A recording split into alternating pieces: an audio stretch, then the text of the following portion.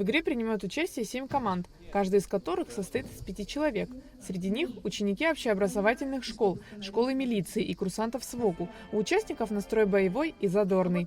Я участвую в команде под названием «Яйра».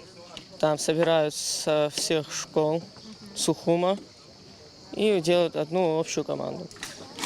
Вот мне тренер сказал, что соревнования, мы поделились по группам, и вот так я и участвую здесь. Мы хотим победить, кто не хочет, но главное участие, а не победа. На эти соревнования я попала наш тренер нам сказал, что будут соревнования, и мы собрались командами вот сюда. Руководитель культурного фонда «Платформа» рассказала, что это мероприятие – продолжение проекта «Кавказский фронт», стартовавшего в 2022 году.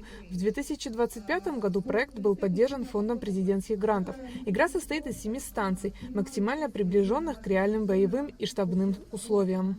Сегодняшнее мероприятие, оно не впервые проходит на территории команды общевойскового Сухумского училища, потому что ранее в рамках Кавказского фронта проводились мероприятия, но именно подобного рода, которые объединяют не только ловкость, не только смелость, не только военную подготовку, но и интеллектуальные способности ребят, включая обучение медицинской помощи и применение их непосредственно на месте, она проходит впервые, именно такая масштабная. Соревновались в различных испытаниях, среди которых сборка и разборка автомата, оказание первой помощи.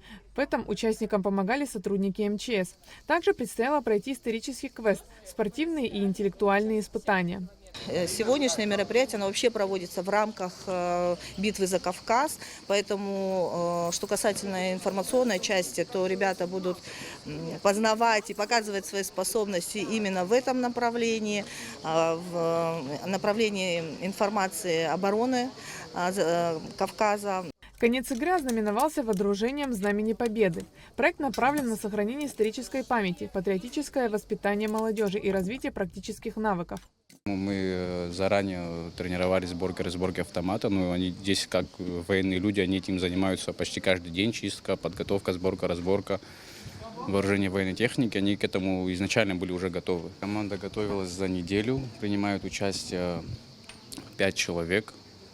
От нас требовалось конкретно это само место проведения, организовать учебные точки, подготовить инвентарь. То, что от нас зависело, военный инвентарь.